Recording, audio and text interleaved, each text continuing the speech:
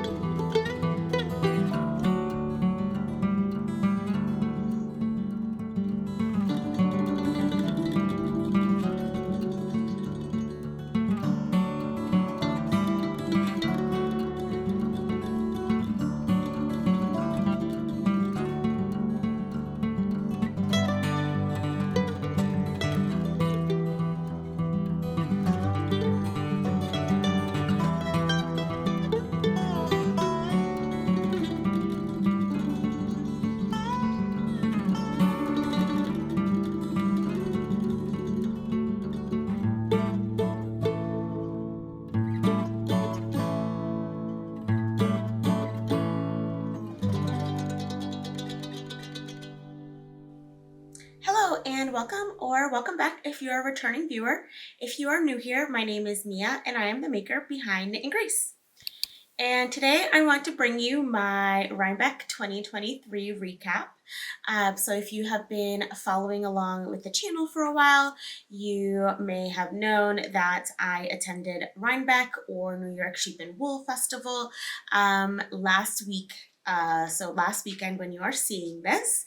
And so I wanted to sit down and sort of share my thoughts, give a recap on the weekend, and share everything that I got with you all.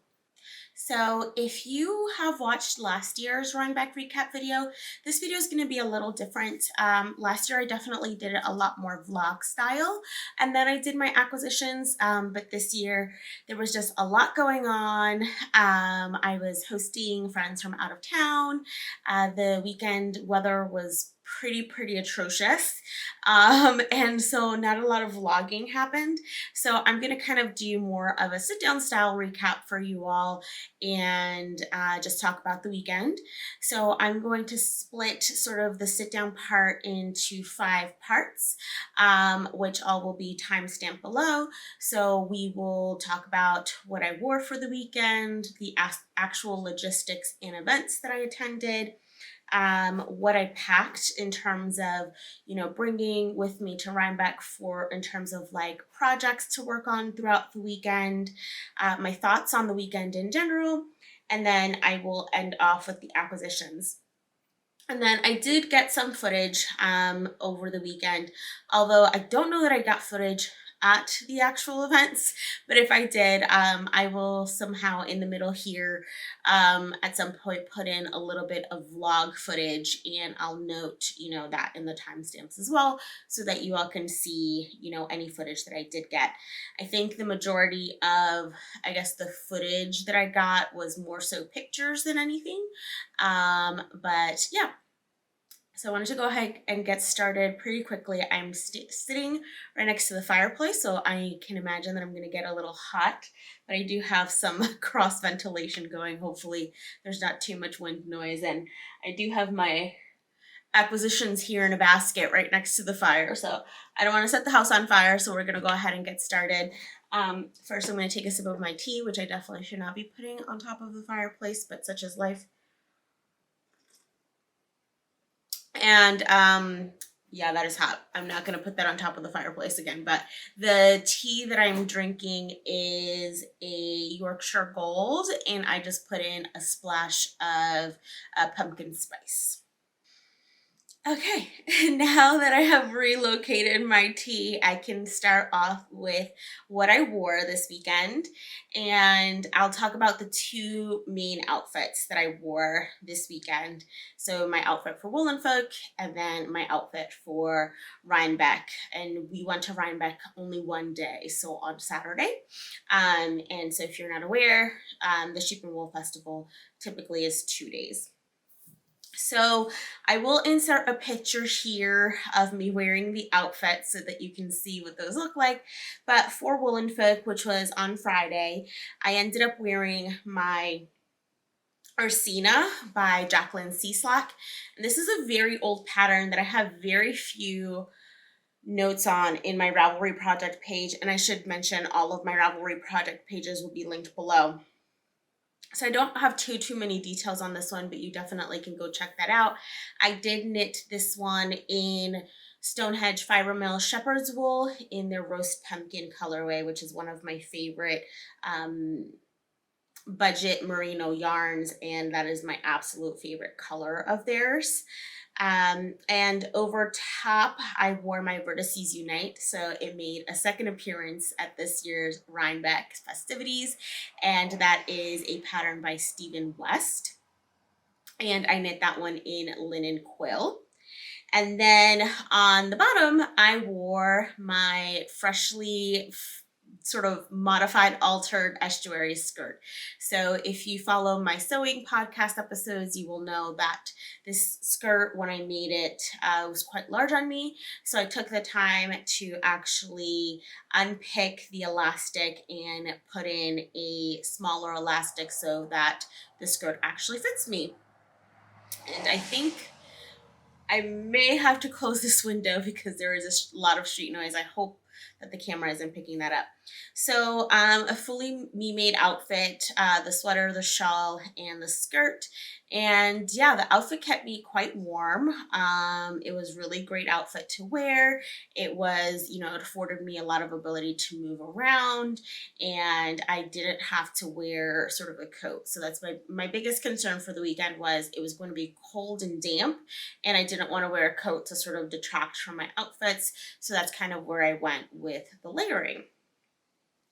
So for Rhinebeck proper, so on Saturday, I wore my Rhinebeck outfit, which if you haven't already, do check out my Rhinebeck outfit making journal, which I posted last week, and I'll link up above for you all. But for that outfit, I wore a full sort of mono suit. So the Phoebe linen tank by thefabricstore.com, and my chanterelle pants by Sew Liberated again. And then over top, I wore the Heirloom Quilt Cardigan by Katrin Seeberger, and that one I knit in Newton. So again, all of my Ravelry project pages will be linked below so that you can take a look at all of the various projects that I made. So in terms of logistics, we are staying at my sister's vacation home, which is about an hour away from the fairgrounds. So we did stay a little far away, which wasn't necessarily the most convenient, but also it was nice not to be in like the hubbub of like the Woodstock area, which tends to be a little crowded. And then also, it's really great when you get the friends and family discounts. Otherwise, probably wouldn't be able to afford to do a full Rhinebeck weekend, multiple years in a row. But we did go to Woolen Folk on Friday. So as I mentioned, we had friends staying with us that came in from out of town.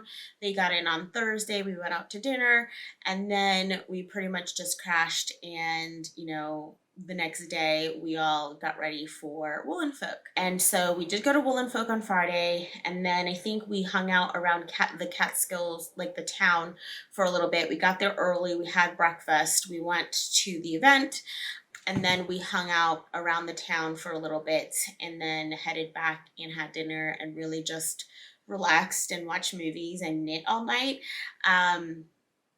Funny enough, I actually finished my project that I brought to knit on Friday on the way to Woolen Folk, so then I didn't have any knitting when we were at Woolen Folk, so I got my project started for the next day on Friday so that I would have something to knit on Saturday during the drive and while we were at Rhinebeck. Then on Saturday, we headed over to Rhinebeck proper to the Dutchess County Fairgrounds. And then we spent some time there, quite a bit of time there. We got our apple cider donuts. The line was definitely a little slower than it has been in years past. It's always slow, but it definitely was a little slower this year than it has been in years past. Although I didn't notice as many workers in the stall, so that might have been it. And then we headed out to meet up with some friends that we were going to meet up with. We made arrangements to meet up with beforehand. And we went to this really great brewery and we had a lot of fun. And I will hopefully insert some pictures in the vlog section of the podcast that you can see from that excursion. And so, sort of, it was just a bunch of us there and we all just hung out, drank some wine, beer, and just had a lot of laughs, which were definitely needed after the hecticness, especially of Friday. And then ultimately, sort of the mayhem that is Saturday at Rhinebeck.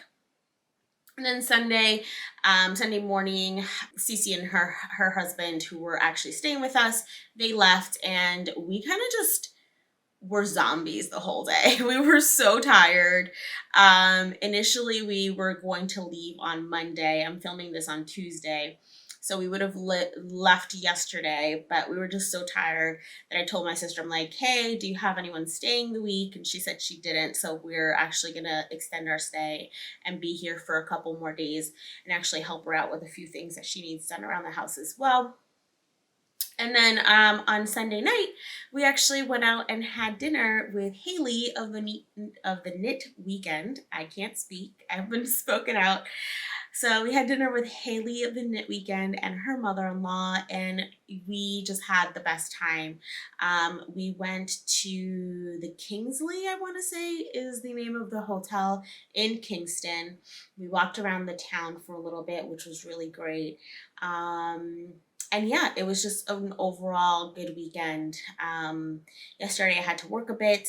My husband is working remote while we're up here, although I did take the week off. So I'm really excited about that. But yeah, that's kind of how everything went in terms of logistics for the weekend, the events that we attended, and the people that we got to see. So in terms of knitting that I packed for the weekend, I was actually pretty good this year. If I remember correctly, last year I packed quite a few things for the weekend and I didn't end up getting any knitting done. I think I'm just so used to sort of before last year, I've been so used to kind of just doing these day trips or really just being myself and my husband that it's just us and like we get to do a lot of things together and just kind of have downtime. So this year I did plan accordingly, knowing that last year I didn't get through as many projects as I wanted, but I did bring some projects with me, of course, because we all need our knitting for Rhinebeck weekend. So the first project that I brought with me to knit was also a project that I wanted to finish because it is the test knit for Rebecca of the Crayabea of her stick season sweater, which will be coming out in the next couple of weeks. And so I wanted to finish it and hopefully get a picture with her wearing it, although I didn't. We did get pictures together, but not wearing the actual sweater. She was wearing hers, I was not wearing mine. And I ultimately did get FO shots while I was here. So this is what the sweater looks like. And so all I had left to do was I had finished the full first sleeve and the body, and I just needed to cast or to pick up, I should say, pick up and knit the second sleeve. So that is what I did. I want to say that I picked up my stitches on Thursday. Or actually, no, there was another project. So there were 4 projects that I brought. So I knit Cece's husband a pair of house socks to match my husband's house socks that I made for him. And ultimately, we were going to take matching sock pictures because Cece and I have matching socks. So I wanted to make them matching socks. It never happened. We were just too tired every night when we came home. So I'll insert a picture of my husband's socks here. But for his socks, I needed to finish the entire second sock. So I hadn't even started the second sock. So that is how I started my day on Thursday, was knitting the second sock of the pair and then blocking the socks in the sunshine, which was perfect. Then on Thursday afternoon, I was able to pick up the stitches for the sleeve and then knit just a tiny little bit of the sleeve. And then I knit the majority of the sleeve on our drive to and from Woolen Folks. So a good amount of knitting happened, and I like to knit my sleeves on 16-inch circulars for as long as I can. And I just find that that helps me be super speedy with the process because I'm just going around and around and around. I'm still not 100% comfortable with small circumference circulars. So I then, once it gets too small, I tend to switch to magic loop and then finish the rest of it that way. So I was able to finish the second sleeve. So that's one sock and one sleeve that I finished. And then I brought two more projects that had not been started at all. And so I'll show you the first project, which I have since started and finished. And that is the Grow Hat by Lerka of Fiber Tales. It is still damp. I just finished it and blocked it. So I don't want to sort of do anything with it, but I will insert a picture here of what that looks like. But I use the yarn that the pattern calls for, which is Wool Dreamers La Rinconada, and this is in the same color that she knit hers, which is the color Niebla. And so I wanted to have, you know, something small. I'd had this yarn in my stash for this specific project for a while, and so I thought that this was the perfect opportunity to knit it up, because you know, a hat is pretty much just around and around and around. And so I'll be able to get like some flat finished object photos of it. I won't be able to actually wear it just because my hair is in its natural state. But hopefully once we get back home and I straighten my hair, I'll be able to get some nice FO pictures of that one. And so this was my first like sort of project that I brought. And the second project that I brought, and you're not going to be able to see much because it is a secret test knit. So I purposefully only started the cuff this morning, and then I will start working on it, but so that you all can see the colors. But this is a secret test knit for Weechin of the Petite Knitter, and it is a pair of colorwork socks. And so I brought the yarn that I would need to make that pattern. And so here we go. So this is going to be my main color. This is going to be my contrast color. And so this yarn is the Corriedale sock base from Eula of Woolen Twine. And this is in her festive 2022 box color, which is Mince Pie. And then this is some, I want to say koi goo that I've had in my stash. So this is just a partial hank that I've had in my stash for quite some time. I couldn't even tell you the color, but I went through my stash basket and I found this, and I thought that this would be a good amount to do my contrast in, and I just thought that they paired really well together. So that is the second proper knitting project that I brought with me. So I'm hoping that by the time we leave, I will have finished the first sock, so that way I can weigh the yarn, because the pattern is constructed with an afterthought heel. So I am sort of on the fence as to how much of the contrast color I'm going to have left. So I would like to weigh it before starting the afterthought heel, because that way if I don't have enough of the contrast color to do the afterthought heel in the contrast color for both socks, then I'll just knit, you know, sort of both socks and then do the afterthought heel in the main color, you know, just so that I can use up the yarn that I have. And I didn't want to go and buy any new yarn for the projects.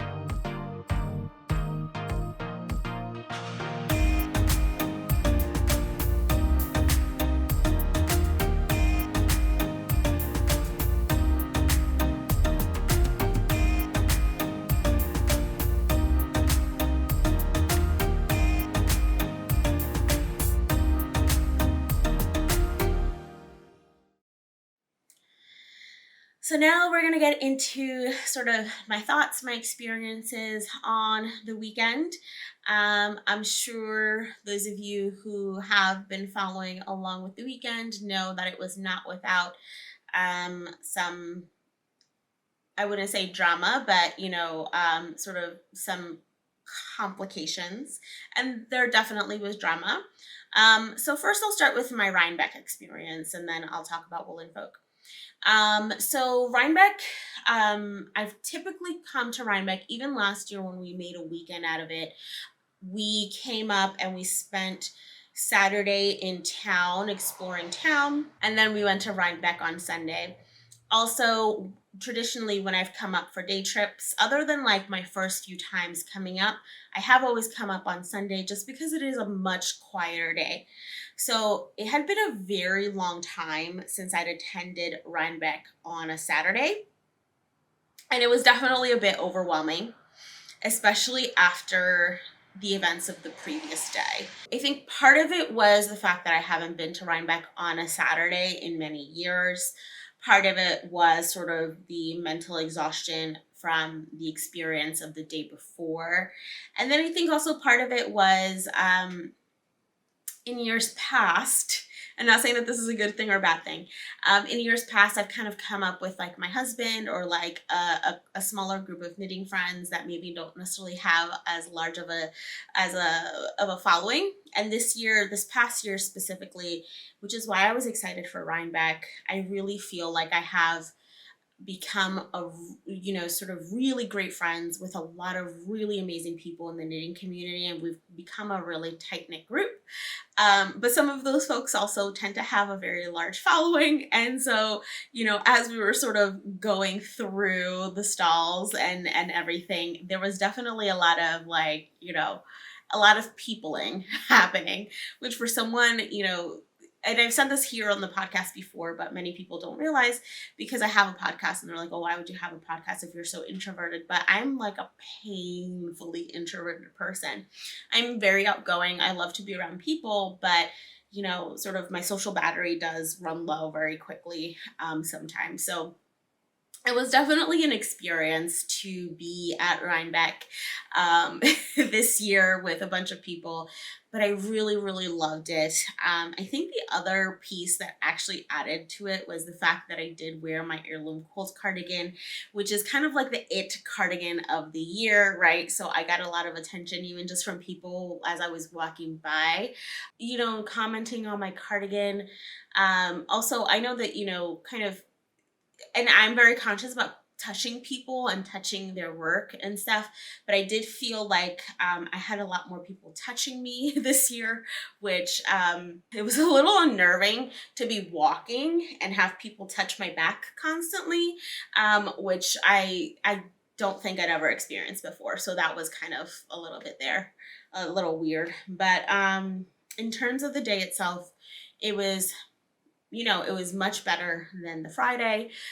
Definitely saw tons and tons of friends. I'm going to have tons and tons of footage. I think I will put the vlog in before this section, so hopefully you will have seen. I took lots of pictures with lots of folks. If you took a picture with me and you have one and I didn't get it, please send it to me. Really greatly appreciate it.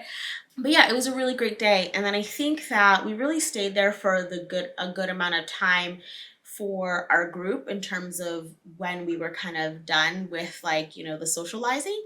And then we headed out to this brewery that was about 10-15 minutes away. And then that's when we kind of really got together as a core group away from the madness. And we were able to just have some drinks and some laughs and just be silly and goofy. And honestly, it was the best way to end the day. And then for some folks to end the weekend after, the hecticness that was the weekend. So Saturday was ultimately a really great day. It was definitely a little bit exhausting socially, which is why we probably slept most of the day on Sunday, but it was a really great day. So in terms of Woolen Folk. So I'm sure that you all have read and seen and done all the things. What I will say is I will be linking to a member of the community made a Google Doc with all of the vendors at Woolen Folk, and I will link that below. So I highly encourage you to check that out and to, support these vendors. I have vendors that are friends that were there, and what happened on Friday was not okay. I am not going to get into sort of the drama of it all. I'm just going to sort of speak to the things that I saw. Also, I think that, there was a lot of back and forth from people who weren't necessarily there and experienced it. And so just wanted to sort of put that out there. Obviously, these are my thoughts and kind of how I saw things happen. So first and foremost, I will say that I knew I was going to go to Woolen Folk, but seeing how it had been in previous years, I was just like, I usually don't get my tickets until the very last minute and that kind of stuff. So I didn't experience any of the frustration with the changing of the venue and like the parking situation and all of that some other folks experienced. So when I went to get my Woolen Folk tickets, or when I was looking at the website to get the tickets, it was already at Foreland, which is where it ultimately took place. So I sort of missed some of the, not necessarily drama, but some of the inconvenience of having the location switched. So I kind of went into it like that, and I don't think I realized that the location had changed. I thought that that was the actual location, so I went into it thinking that it was actually going to be exactly the same as it had been the last 2 years. So I will say that. So from my perspective, that was a little bit of a shock when I realized that it wasn't the same place. The event was very disorganized in terms of the last minute change and then the parking situation and notifying ticket holders that had bought their tickets for a very long time of the change. I think like emails didn't even go out, like people found out through Instagram. I was hanging out with people who were like, yeah, if I hadn't been on Instagram, I wouldn't have even known that the location changed. I would have gone to the old location. So there was like that disorganization aspect of it. Then, of course, there was the parking aspect of it that unfortunately it seems like the event coordinators didn't coordinate properly with the city, and there were a lot of issues around parking. We thankfully got around that because we ended up getting to Catskill very early in the morning and meeting up with a group of friends and having breakfast and then heading over to Woolen Folk together. So we had breakfast in the town and all of that. But you could definitely tell that the town was not prepared for the number of people that were going to descend on it. Nor was the location set up to hold that many people. So obviously there was definitely overselling of the tickets and all of that, which I understand to a certain extent if you were planning on having it in one location and then had to change locations. So, there was just a lot of disorganization. There was a lot of issues with the parking. And then most importantly, there were issues with safety and accessibility. Now, I'll talk to the safety first because I was there and I was inside some of the indoor buildings. And, quite frankly, I only went into the one building on like the one floor of the building. And I quickly had to leave because there were just too many people. And what I will say is that it was not safe. If anything had happened, when you were there, you kind of weren't thinking about it, but like, if anything had happened, there was like one entry or exit and it was a regular sized door into that building. It would not have been a very good thing. Not to mention that there were vendors that were located on the 5th floor of that building that for a very long time, as part of the festival, there was no even signage. People knew that there were people on the 5th floor, and then there was only a small elevator to take people up. Otherwise, you would have to like take stairs. So that kind of leads me into the accessibility. It was not accessible, which is not okay. When you're putting on a festival of any kind, but especially of this kind, and especially, in a community like ours, the first and foremost, you should be thinking about safety and ADA accessibility. And it was not. There were a couple of handicap parking areas or spots that were designated in the lot itself of Foreland, but I think it was only like 20 spots, and they were down a really steep hill. So if you were trying to get up that hill with a motorized wheelchair, I can't imagine that you could have. Then they did have shuttles from one of the parking areas to Foreland, and quite frankly, from my understanding, we didn't take the shuttles. The shuttles were not accessible. People were having to, sort of um, collapse their wheelchairs and be carried into the vans and then carried off of the vans, which is again not okay. And then the irony is that they had shuttles from the closest parking lot and not from the farther parking lot, because the closest parking lot was only about a 10-minute walk, which again, you shouldn't. It's still a problem, right, to not have vans that are not accessible. But that lot was also the smallest lot at only being able to fit 150 cars. And then of course there's the vendors. The vendors were not treated well. And again, this is sort of some secondhand information, so I won't get into it too much because I'm not a vendor. I was not affected in that way, but I am friends with vendors and I saw what happened. It was not good. The vendors did not have a good experience. And while I will say you can't control the weather as an organizer of an event, we all look at the weather. Not to mention that the weather here in the Northeast has been one that for the past 7 weeks, it's rained on the weekend. And rain was forecasted for the weekend for about 2 weeks.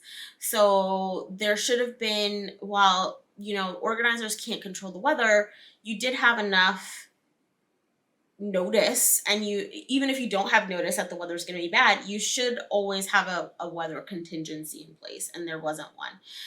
People's merchandise was just absolutely ruined. I personally went into the Explorer Knits booth and just saw, it was heartbreaking. There was a bottom shelf where they were just having to put all of the merchandise that had been ruined because it fell into the mud. It was like the most heartbreaking thing I've ever seen. It it's not okay. It's not okay. It's not okay that vendors were treated that way, especially for how expensive the event booth fees are, from my understanding.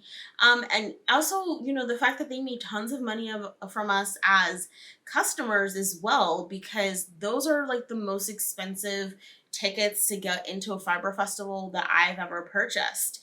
So it was just not okay. Again, this is sort of me from the outside looking in. I'm not a vendor. Definitely go check out all of their posts.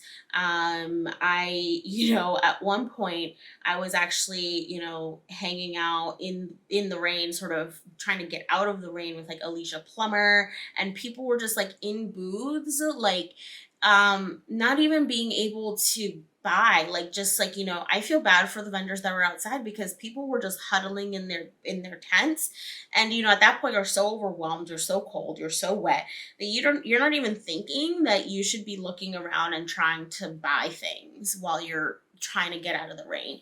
So it was just not a good experience, and I definitely encourage you to, visit the link. And I know a lot of the folks are a lot of the folks that vended are listing their overage or overstock online. So please, please, please do support them. I've already gone and placed a couple orders of myself. And quite honestly, my haul isn't very big. And that's part of the reason, is because, there was just way too many people. There was way too much going on, and you really couldn't shop. And I really was hoping to shop at Wool and Folk more so than Rhinebeck this year. So it was really unfortunate. thankfully we were able to make the best of it. We were able to laugh through it a lot. We were able to kind of grin and bear it. We were able to see all of our friends. I did get a lot of pictures from Woolen Folk. I actually did get some yarn at Woolen Folk, and then I've ordered some yarn since. And so that's kind of my thoughts on Woolen Folk. I didn't want to get into like sort of a super long tangent and all of that, but I did want to address it here on the channel for you all. Okay, I just realized that my fire has died down as I was talking to you all. Let's see if that picks back up. I went ahead and opened the door. But want to go ahead and talk about my acquisitions. So first and foremost, I will show you this basket. Woo. Definitely should not have had it next to the fire. But I will show you this basket, which is an acquisition that I picked up, and it is currently holding all of my acquisitions for the weekend. And I forget who I purchased this one from, but it is a Bolga basket. And so it's just a monotone basket, and unfortunately, should not have had it next to the fire. That side will be in the back. And this is holding all of my acquisitions for the weekend. So I'll go ahead and start with my Woolen Folk acquisitions. Let's see. So first up, from Explorer Knits and Fibers. Let's see, I'll actually go here and try to hide my face. There we go. So from Explorer Knits and Fibers, I picked up 5 skeins of, this is the Rockies DK base, and it is a 100% superwash merino, 274 yards, 100 grams, and this is the color Daybreak. So it's a gorgeous pumpkin brown color. And so I picked up 5 skeins of this yarn, and my intention to make, or I tend to make the triangular triangles wrap for myself out of this yarn. So if you've been following the channel, you know that I've made 2 of this lovely wrap so far, but I've never kept any for myself. So I bought some yarn to make one for myself. So to continue with the pumpkin brown colors, I picked up 5 skeins, and so I'll show you this side here. 5 skeins of Wool Dreamers Moda in the color 246. And so this is another really nice rust pumpkin brown color. And so this is just 100% Manchego wool, excuse me, and it is a worsted weight, if I remember correctly. And so I picked up 5 of these, and I actually had to order 3 more, which they are graciously shipping to me, shipping free, since they didn't have enough at the event, and they have enough of the dye lot in stock. So I will get the same dye lot. I would get an additional 3. And so my plan for this one is to make the postscript by Jen Caracini. So really excited about this. And then my only other, so that was actually my 1, 2, 3 purchases at Woolen Folk. I have placed some orders, so those will be coming, and I will share them on the channel. But those were my 3 purchases at Woolen Folk.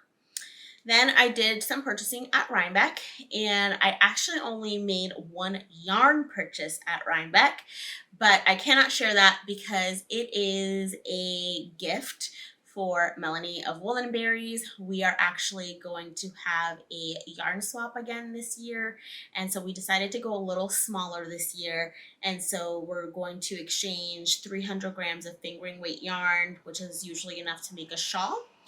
And so, and then as well as some little goodies. So I did pick up some very special skeins for her at Rhinebeck, which I'm really excited to get sent off to her. So another purchase that I made, and this one was more so inspired by my husband, was because you can never have too many totes. We picked up this tote from Bare Naked Wools. We did go into the stand, and I didn't end up getting anything just because I still haven't knit up my yarn from them. But essentially, it's just this really cute tote bag, and it says, "I shopped bare naked," and I think it said I was bad. Yeah, it says I was bad. So it was hilarious. It is a massive tote, and my husband wanted us to get it. So we'll see if he ends up using it or if I end up using it. But we did pick up a tote bag, which is always good at these events anyway to have one. And then I did make 3 fiber purchases. So I think as Rhinebeck is coming to a close, and my knitting was at an all-time high, I think I'm gonna sort of tone it back a little bit, and I'm planning on doing a lot more practicing with my spinning. So if you all recall, at Maryland Sheep and Wool Festival, I did pick up some fiber, but it was mostly merino fiber, which was a big mistake. And I got very frustrated very quickly. And then my poor spinning wheel has just been languishing. And Rob has been looking at it like, "Hey, are you ever going to start spinning? Because I spent a lot of money on this thing." So I did pick up some just very basic fiber to practice with, which I'll show you. And I apologize for the crinkling, but it's just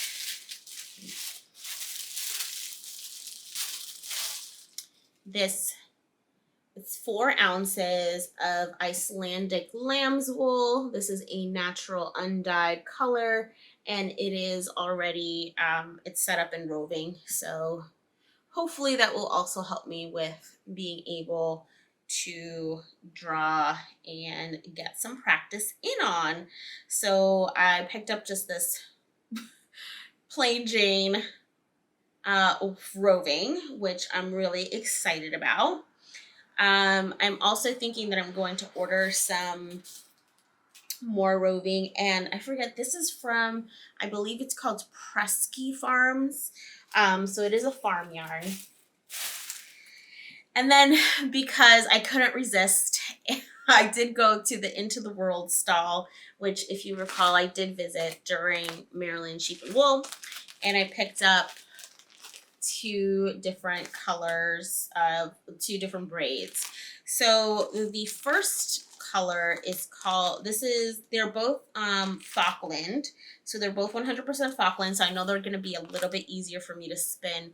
The braid that I picked up at Maryland, I think, is like a Gotland Silk BFL blend or something like that. So definitely we'll start with these braids once I feel confident enough to knit from this beautiful yarn. But the first color is called Herding Cats. And so that's what it looks like. Let's turn it this way. That's what that color looks like. And then the second color I got is actually their Rhinebeck colorway. And again, it's in 100% Falkland. And Cece and I both got this one.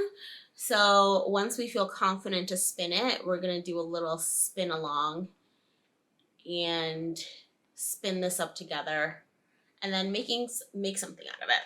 So that is super exciting. And then I have one last purchase, which was actually our first purchase of the day because we went to this booth knowing that they sell out really quickly. We headed over to Thread and Maple. And I don't know if I'd actually shared on the podcast that I had bought a binder, but I had actually bought a binder when they had their second sale. And so I bought the regular size binder in whiskey. So this is what it looks like. And then I had also bought one page, which is the project page. And the reason why I bought the binder and a page, so this is the project page. So when was the second sale? I want to say it was like in August. So the reason I bought the binder and a page, and the page was not a second, it was like an actual, brand new page. And the reason I bought a binder and a page was because buying the binder and the page, since the binder was from the second sale, actually came out to the same price as buying just the binder. So I thought that that was a really great deal and I couldn't pass up on it. And so I did that. And so then while we were at Rhinebeck, I bought 2 more pages, and then I think I'm going to need 1 more page, and then my binder will be ready. And so, yeah. So now I'm thinking I should have bought 2 of the lookup pages. So I have my interchangeable needles are Addy Turbos and the Knitter's Pride, the Warmth collection, I want to say.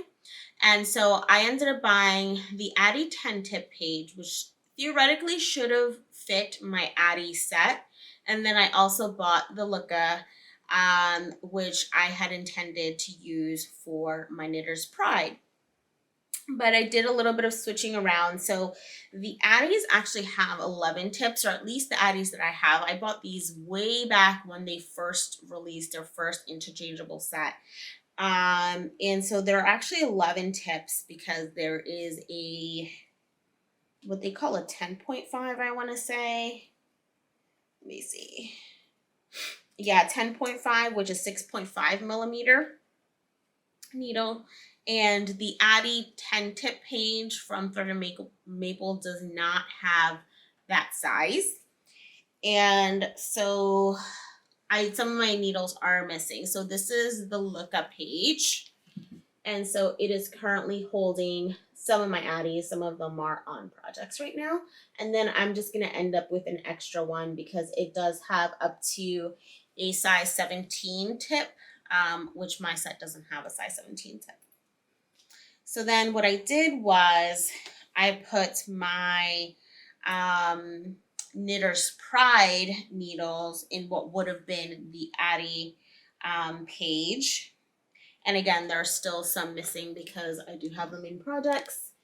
And so those are in here. So I am super excited. I've been wanting one of these forever.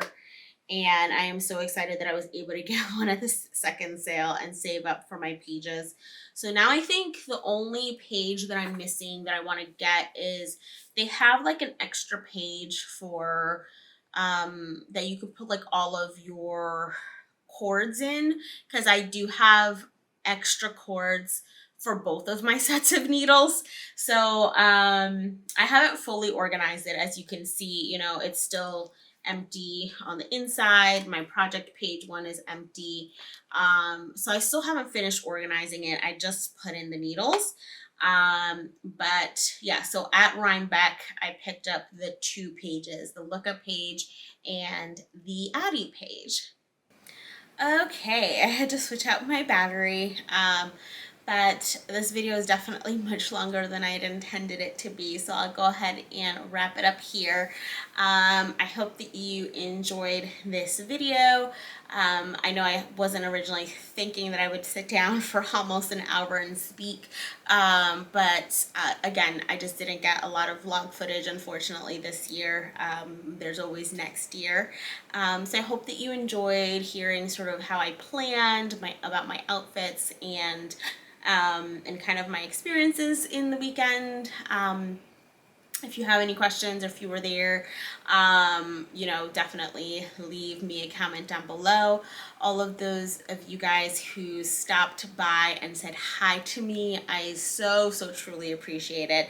I actually spoke to a lady who actually watches my podcast every single Sunday with her daughter, and she stopped by and said hi to me, and we got to chat, and her name is Sunshine, and honestly that just made my day. It made my weekend. And just hearing from you all how much my podcast means to you really means the world to me and really, helps and keep me going. Because, sometimes, it's a little hard to get in front of the camera and speak to the camera by yourself when you could be doing a lot of other things. So I really, really appreciate those of you who stopped by and said hi.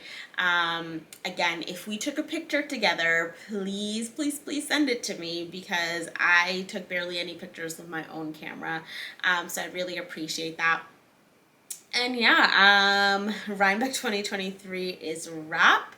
I can let you all know that we will be at Flock. It is official. We are going to Flock. And then Rhinebeck 2024, we will see how that goes, because I don't know if two fiber festivals 2 months away is really a financially sound choice, but we will definitely be going to Flock next year, which is really exciting, since I've never been to Seattle and or the Pacific Northwest in general, and then it'll be really exciting to go out there, and we're gonna make a whole trip out of it. But yeah, that's all I have for you all. Thanks for sticking around. If you have stuck around until the end, if you have, please be sure to do all the things, like, subscribe, and click the bell icon so you're notified every single time I post a video. It really, really does help the channel out.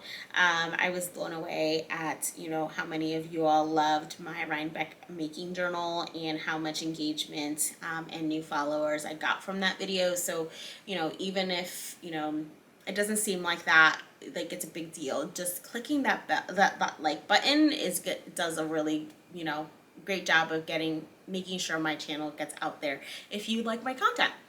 And I will leave you all here until the next one. I think my next episode is going to be the monthly podcast episode, but don't quote me on that. I'll definitely see you next week in whatever next episode I have for you all. Now I'm just rambling, so let's just cut this here. I hope that you're all well, and please continue to take care of yourselves and each other. I'll see you in the next one. Bye.